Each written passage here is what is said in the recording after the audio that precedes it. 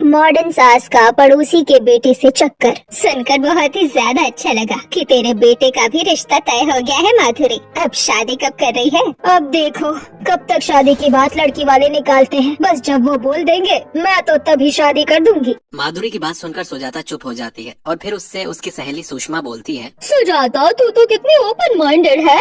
आज तक हमने कभी तुझे साधारण कपड़ों में नहीं देखा। तू जीन्स पहनती है। तेरी सोच आजकल की लड़कियों से भी ज्यादा खुली हुई है। तेरी भाषा मॉडर्न है। जिस दौर की तू है उसके हिसाब से तो तू पढ़ी लिखी भी बहुत ज्यादा है। तो तू ये बता कि तू अपनी बहू गवार क्यों लेकर आई है? ओह डियर, अब मैं क्या ही बताऊं। मेरे हस्बैंड है ना, सब उनकी वजह से हुआ है। वो चाहते थे कि उनके घर में ऐसी बहू आए जो सूरज की पहली किरण निकलते ही जाग जाए, लक्ष्मी गॉडेस की तरह घर को संभाले, पूजा पाठ करे और सारे घर का ख्याल रखे। वो ले आए अपनी पसंद की विलेज गर्ल। वैसे अगर मैं सच बताऊं तो मुझे उसके विलेज से होने या ना होने से कोई फर्क नहीं पड़ता है। डोंट माइंड कि वो कहाँ से है, लेकिन हाँ वो अच्छी है। She is a good daughter in law. असली ओपन माइंड होना इसी चीज का नाम है कि तुम खुद कैसे भी हो लेकिन दूसरे के नेचर को एक्सेप्ट करो। माना कि तेरी बहू तेरे आगे एकदम गवार है। तू जीन्स पहनती है, शॉर्ट्स पहनती है, स्कर्ट्स पहनती है और तेरी बहू साड़ी में लिपटी हुई माथे पर बिंदी लगा कर रहती है। तुम दोनों में अंतर बहुत है,